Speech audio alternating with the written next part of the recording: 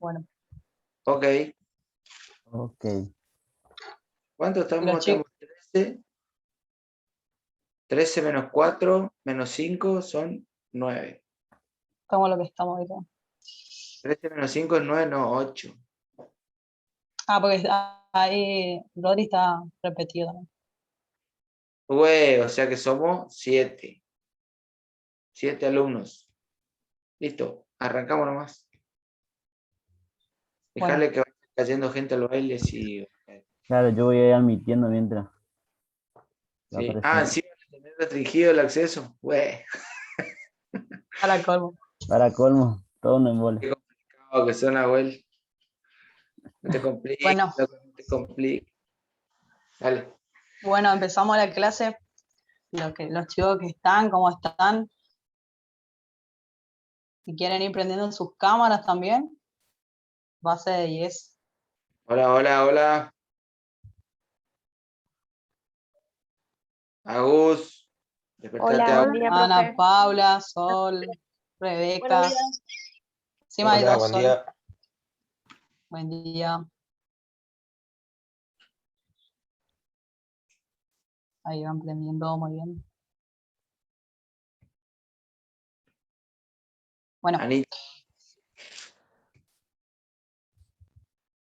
Bueno, nosotros hoy vamos a hablar nosotros venimos hablando igual de las capacidades coordinativas como condicionales, y vimos las capacidades condicionales que se encontraban la fuerza y la resistencia. Y hoy vamos a hablar sobre la flexibilidad, ¿sí? La flexibilidad, antes de dar un concepto en sí de lo que es, muchas veces se confunde de lo que es como en este Power muestra se confunde lo que es, si es movilidad, elasticidad o elongación, ¿sí?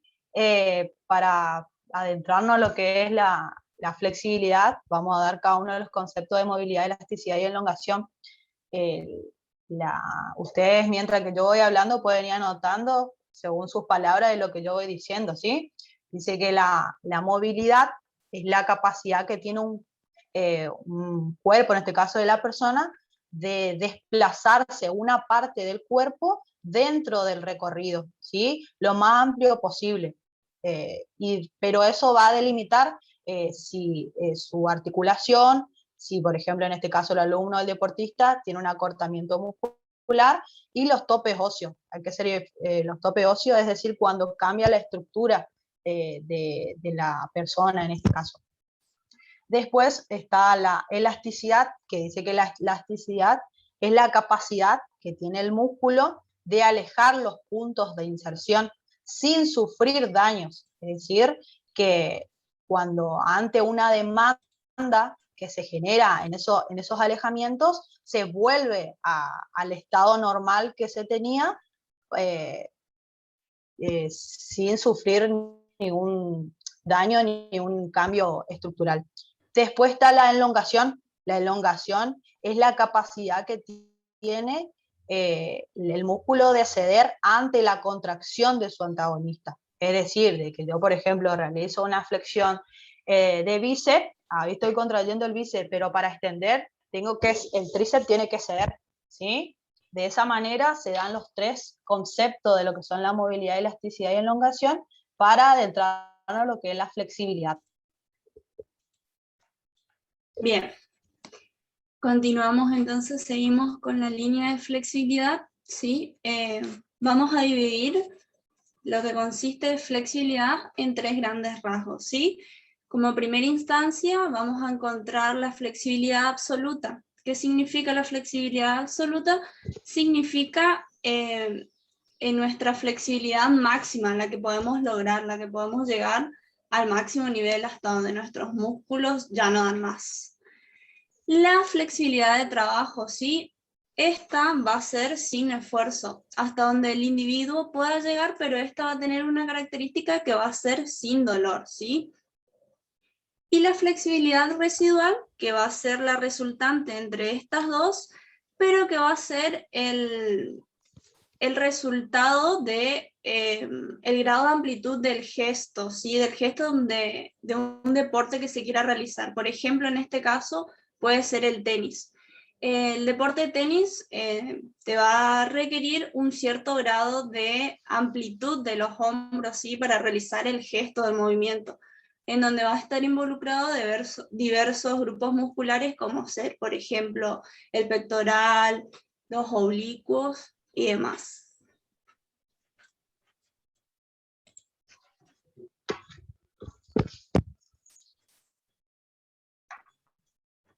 E igual ahí también se agregaría de que la flexibilidad es la capacidad que permite también al músculo ampliar su máximo, ¿sí? Y también ir progresando. Por eso nosotros cuando nacemos tenemos ya una flexibilidad ampliamente. Y de ahí, a medida que van pasando los años, como yo le dije, los topes óseos se van ya sea debilitando si nosotros, no debilitando, sino que acrecentando si nosotros no lo trabajamos. También en esto que estamos hablando también está los estiramientos, que tiene como una meta de estirar el músculo. ¿A qué va con todo esto? Que es mantener un rango no articular. Es preciso para entrenar esta capacidad una rutina o una planificación regularmente para poder tener y no perder cierta flexibilidad o cierto estiramiento. Por ende, existen 4 órganos sensoriales que responden a los estímulos de ejercicio. Uno de ellos es el organismo de Golgi, localizado en el tendón. En este caso actúa como mecanismo protector cuando el músculo se estira demasiado. ¿Qué quiere decir con esto? El músculo está siendo estirado y es relajado.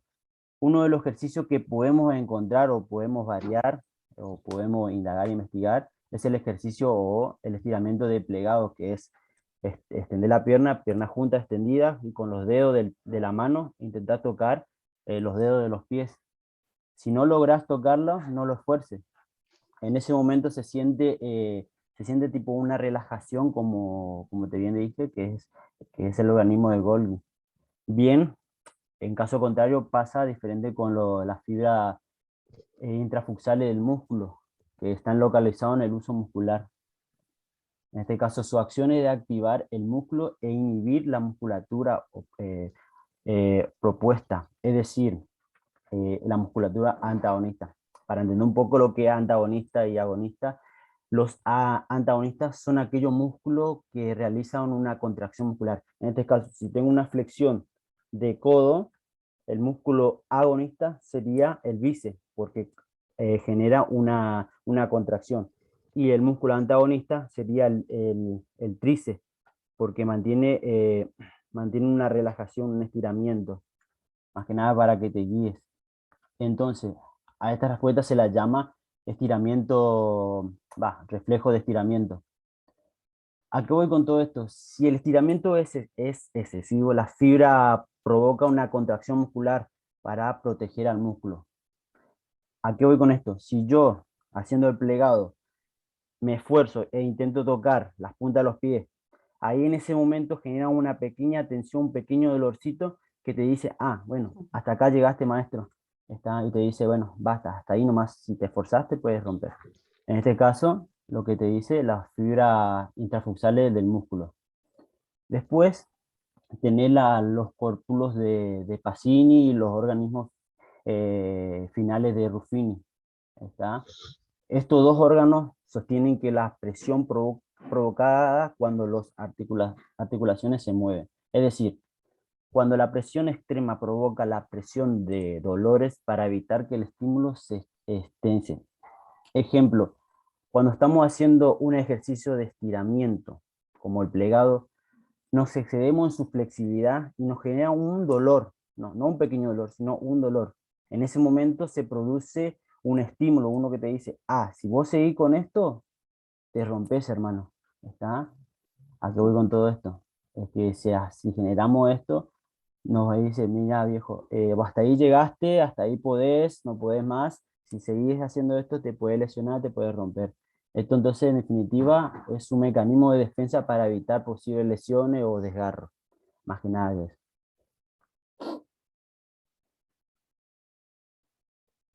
¿Se entiende hasta ahí? ¿Hay alguna ¿Logró pregunta? entender? Sí. ¿Cómo? ¿Quién No, habló? no, estaba agregando a alguien. Disculpa. No respondió nadie, aparentemente. Son unos Parece capos. que Entonces. Estás entendiendo todo. Bueno, En este ejercicio, por ejemplo, de la foto, que es el plegado, podemos relacionar estos tres que dijo Nahuel, estos tres órganos. Estos tres órganos, para que se ubiquen, se encuentran en el músculo, como muestra en la foto anterior, el órgano de Golgi, si se pueden fijar, está entre el hueso y el inicio del músculo. Es ahí donde se encuentra el Golgi.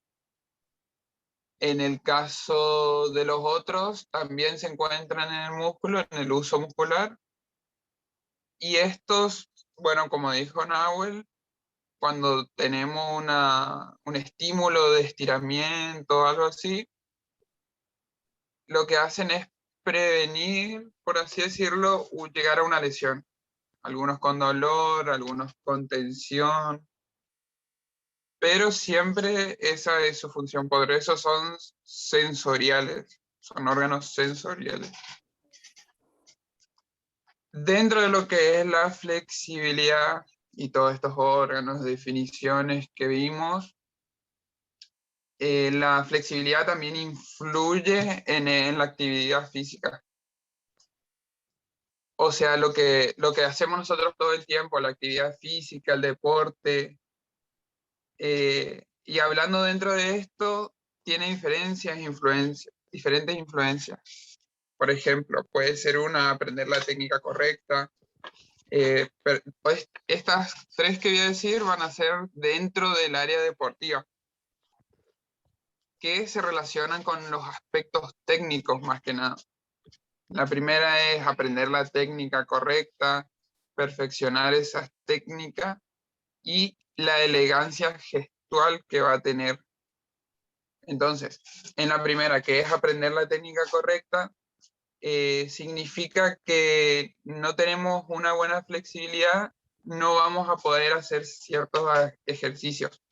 Por ejemplo, en la gimnasia, que tenemos que estar bien elongados porque si no, no llegamos a la amplitud que necesitamos para hacer ese ejercicio. Ya sea mortero, la media luna, ustedes mismos están viendo en el roll, por ejemplo, que es el más visual, que no llegan a estirar bien las piernas, están flexionando las rodillas, y muchas veces eso es porque no llegan a la amplitud necesaria, justamente por la flexibilidad, no están bien flexibilizados. Y dentro de esta área también puede hacer que no estemos flexibilizados, que no se aprenda bien la técnica. O sea, ustedes van a hacer el roll, por ejemplo, y no llegan a su amplitud máxima, a la que requiere el roll, y repiten, y quieren sacarlo por práctica más que nada, y van a memorizar ese movimiento. Pero lo van a memorizar mal porque su amplitud articular no está bien, no está al máximo, digamos, la que se necesita. Entonces, ¿qué pasa? Van a aprender mal el gesto técnico.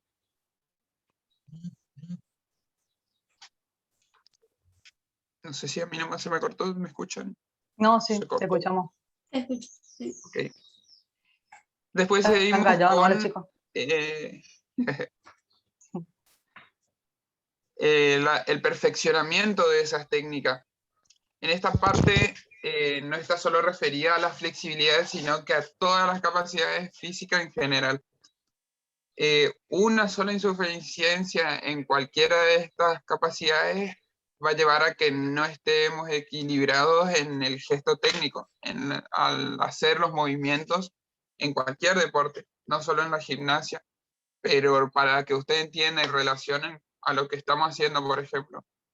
En el yuste, si no están bien flexibilizados, no van a poder llegar a la vertical, por ejemplo. Si no tienen fuerza necesaria en los brazos, no van a poder subir a esa vertical.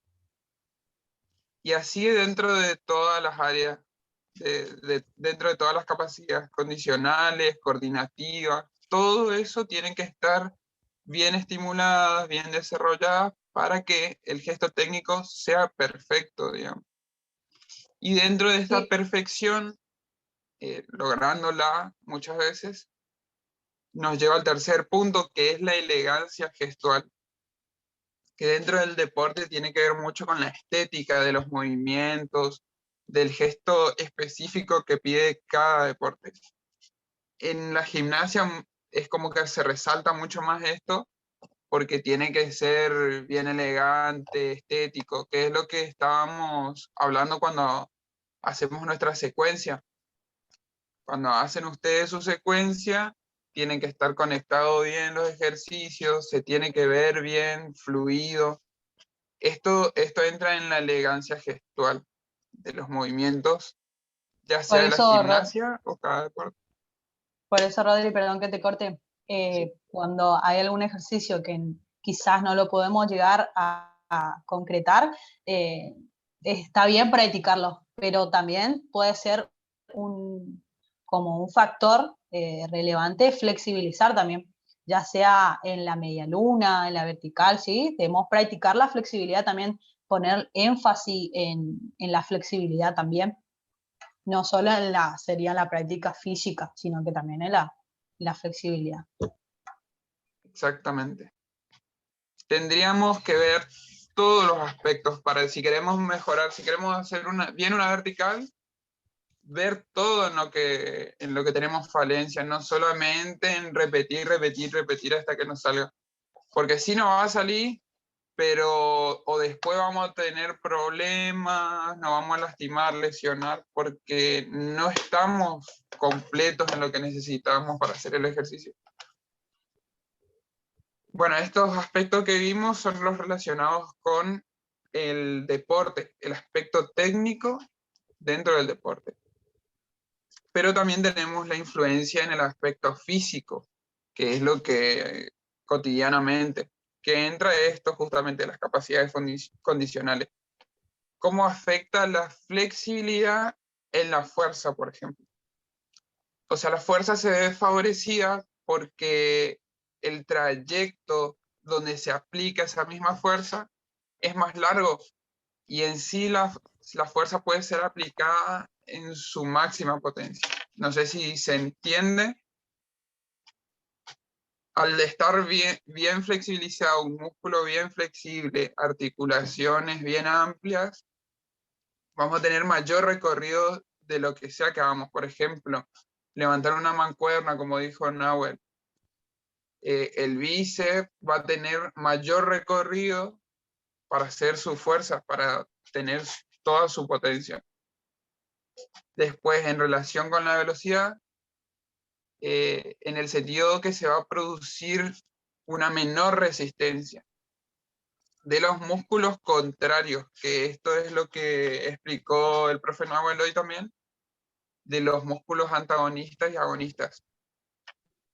Entonces, si estamos bien flexibilizados, por ejemplo, ya dormía mi lengua todavía, vamos a tener una mejora en la velocidad por este motivo, porque hay menos resistencia de los músculos contrarios que estamos haciendo el ejercicio. Por ejemplo, seguimos el mismo ejemplo de hacer una flexión de brazo. Va a ser más veloz porque el músculo contrario al que se está usando, que sería el bíceps, va a estar bien flexibilizado y no va a generar tanta tensión al músculo principal. También, Rodri, en el pasaje de valla también, que tiene que tener un gran amplitud para poder pasar ya sea la valla y correr entre valla y valla. Entonces, ese estímulo genera más velocidad en cualquier movimiento que hagamos. Y también dentro de la resistencia está relacionada más que nada con el gasto energético. Por ejemplo, en deportes que tengan mucha necesidad de amplitud de movimiento, por ejemplo, este pasaje vaya. Es necesario una bastante amplitud de este movimiento, de este gesto técnico. Entonces, si estamos bien flexibilizados, no vamos a forzar tanto ese movimiento, o sea, no nos vamos a agotar tan rápido. Es el mismo que explicaba anteriormente. El músculo bien flexibilizado no va a generar una tensión de resistencia al músculo que se está usando. Por ejemplo, el cuádriceps, por ejemplo, en algún ejercicio que estemos ocupando, va a ser el precintal y principal. Y los isquiotibiales van a ser los secundarios. Entonces, si estamos bien elongados, bien flexibilizados de los isquiotibiales, no van a generar una tensión de resistencia al músculo principal. ¿Se entiende? Dentro de esto, también hablamos de la economía del esfuerzo, que como vimos antes, lo que veníamos dando en las 3 de las capacidades condicionales, los músculos que ocupamos en el movimiento gastan energía para vencer la resistencia que se opone al músculo contrario. Esto entra también en la economía del esfuerzo, que se relaciona con las 3 anteriores. También se genera un alivio muscular que generan otras actividades. O sea, este beneficio trae también la flexibilizar. También previene lesiones, o sea, nosotros antes o después de hacer un movimiento, de estar entrenando, vamos a flexibilizar. Y esto hace que en un futuro, al día siguiente sería, no nos causa una lesión la actividad que hicimos, sea de mucho esfuerzo, de poco, aeróbico, resistente. Siempre hay que flexibilizar para evitar justamente esto. Entonces, de estas formas y en estas relaciones es lo que influye la flexibilidad en nosotros, ya sea deportivo o actividad física en general. Y dentro de estas influencias vamos a tener no solo influencias, sino que cosas que limiten esta flexibilidad, cosas que digan que, bueno, hasta acá. No sé si se va entendiendo. ¿Se entiende? ¿Tiene alguna Ahí que veo a pregunta? Rebeca, Algo que... ¿tiene alguna pregunta? ¿Se Hasta ahora entendió? Bueno. Súper. Bueno, como decía entonces Rodri, sobre las limitaciones,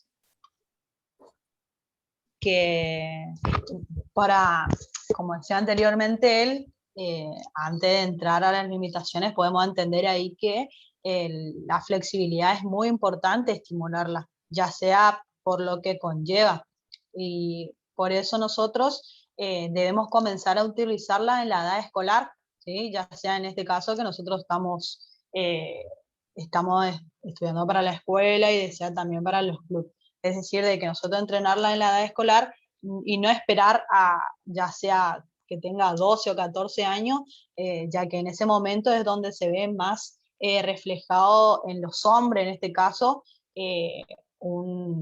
disminuye la flexibilidad, ya sea por el incremento de las piernas, de los aductores de la cadera, ¿sí? Hay muchos factores que implican las limitaciones de la flexibilidad. Por eso también, ya sea tomando lo dicho anteriormente, nosotros somos, en este caso, seres humanos que vamos creciendo, que vamos cambiando nuestras estructuras, sea los huesos, las articulaciones, los cartílagos, después también los tendones, los ligamentos, ¿sí? Es decir, de que vamos creciendo.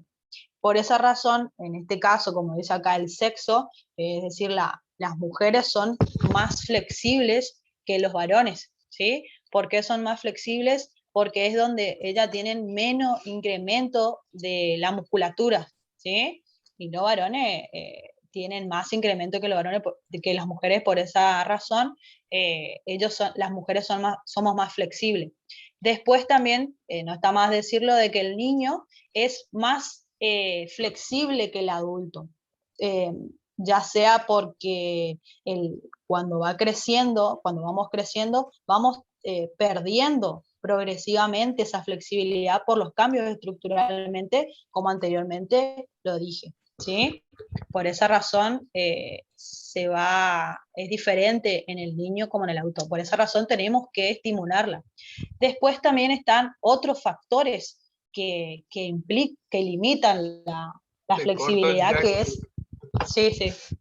Dentro de esto que hablaba la profe de que la edad influye, es un limitante, y hablaba de los bebés, niños. Ustedes van a ver cuando hagan sus prácticas o sus familiares, lo que sea, ven que los chicos juegan, andan por todos lados, se caen, se revuelcan, se dan vuelta el brazo, todo, y no se lastiman. Muchas veces vos decís, se rompió el brazo, chao. Pero no, se levanta y sigue jugando como si nada. Y ahí se dan cuenta, ahí pueden ver que sus huesos, por la edad que tienen, todavía no están conformados tan sólidos como los de los adultos. O sea, ellos tienen, esos huesos se conforman más como cartílago en el caso de un bebé, no son tan sólidos y no son tan susceptibles a romperse, a quebrarse en estos juegos, actividades que podrían hacerlo. Por eso esa es la diferencia, por ejemplo, que tenemos entre niños y adultos. Nosotros ya en adelante nos caemos mal y chao. No pueden ingresar así. Nos caemos y chao, nos rompemos todo. Pero los chicos no, andan chiveando, andan todo por ahí y no se lastiman. Les cuesta, se pueden romper, sí, pero les cuesta muchísimo más que a nosotros. Eso en relación a lo que dijo la recién. Muy bien. Hay otros factores que también limitan la flexibilidad, que es el clima y la temperatura. A eso se refiere que cuando hace más frío, el calentamiento hace como que sea más lento flexibilizar, ¿sí? Por esa razón, cuando un músculo está previamente calentado, su posibilidad de elongación aumenta. Por eso nosotros antes de elongar, por esa razón se debe entrenar antes, durante y después del entrenamiento, siempre estar en movimiento de esa manera. Después están los estados emocionales, que es uno de los factores más importantes también, porque cuando se produce un nivel de tensión muscular es como un factor limitante en la flexibilidad. Por eso nosotros como profesor o como entrenador tenemos que tener una adecuada preparación psicológica en el alumno para poder así generar una máxima flexibilidad y mejores resultados. Después también está la hora del día, uno de los factores que implican la flexibilidad. Dice que la flexibilidad cambia de acuerdo al transcurso del día.